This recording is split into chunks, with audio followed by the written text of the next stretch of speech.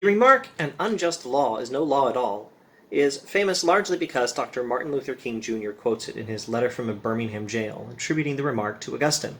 Dr. King also references Aquinas and some other great thinkers on the same theme. Here, let's take a look at this remark in Aquinas and Augustine. Now, for Aquinas, we need to go to his Summa Theologica, or Summa Theologica. Now, the whole second part of the Summa deals with ethics, and specifically, we want to go to the Prima Secundae, or the first part of the second part of the Summa. More specifically, we need to look at question 96 of the Prima Secundae of the Summa Theologica of Thomas Aquinas. And by the way, the Latin quaestio can mean inquiry or investigation as well as question. So you could think of question 96 as topic 96 if you like. Now, question 96 is an investigation on the power and authority of man-made law. In the Summa, each question, or quaestio, is divided into articles, each of which asks a question, investigates the question, and answers the question. So there are multiple questions for each quaestio, because there's multiple articles for each quaestio, and each article has a question. Now, to get to this particular line from Aquinas, we have to zoom in further and look at the fourth article of Quaestio 96. Article 4 asks, using the words of the heading provided in the public domain translation at newadvent.org, which is a very fine website for accessing public domain English translations of Church Fathers and of Thomas Aquinas' Summa. Article 4 asks whether human law binds a man in conscience.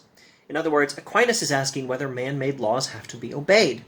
So we've identified the location in the text, we've identified the topic. Let's see what Aquinas actually says here about law. He says man-made laws do have to be obeyed when they are just. There are three requirements for just law. First, it must be oriented to the common good. Second, it must be within the scope of the authority of the person or the institution making the law. Third, it must lay burdens on the people subject to the law in accordance with, quote, an equality of proportion and with a view to the common good. In other words, there should be no disproportionate burdens laid on any of the people who are under the law by the law. These three conditions for just law pertain to the purpose, the author, and the form of the law. If a law is not proper as concerns purpose, author, and form, then it is not a just law. This does not mean, however, that we can simply disobey it at will. Aquinas also clarifies just when it is okay to disobey unjust laws. It is okay only when the disobedience does not itself cause some greater harm or make a scandal. Now, scandal here is a translation of the Latin scandalum, which is a word for a stumbling block, or something that tempts people to sin. Let me tell you something else about the Summa. In each article of the Summa, Aquinas explains a thesis and also considers and responds to some objections to it. In the Prima Secundae, question 96, article 4, Aquinas is explaining the thesis that there is such a thing as an obligation to obey man-made laws. He considers three objections to this thesis. In one of these objections, he quotes from Isaiah in the Old Testament, where Isaiah talks about oppressive laws. As the objection goes, it is always lawful, quote, to avoid oppression, end quote, and therefore human laws do not have to be obeyed. In replying to the objection, Aquinas agrees that it is okay to disobey laws that inflict unjust harm, and the objection is correct. However, it's correct only to that extent. So once again, Aquinas thinks it is okay to disobey a law which is unjust because it lacks any of the requirements for a just law, but it is only okay if the disobedience itself is not likely to cause more harm than the bad law, or to be an occasion to someone else to sin. But wait, there is more. If a law goes directly against the commands of God in the Bible, as when a tyrant orders idolatry, the law must be disobeyed. In fact, another of the objections Aquinas considers draws from the New Testament, where Jesus critiques traditions that go against God's laws, and therefore, so the objection goes, human laws do not have to be obeyed. Aquinas says the objection is correct when it comes to, quote, laws that are contrary to the commandments of God, end quote. And now, finally, let's look at the famous line itself. In the New Advent Public Domain translation, a law that is not just seems to be no law at all. In Latin, lex esse non videtur quae justa non fuerit. Lex esse non videtur quae justa non fuerit.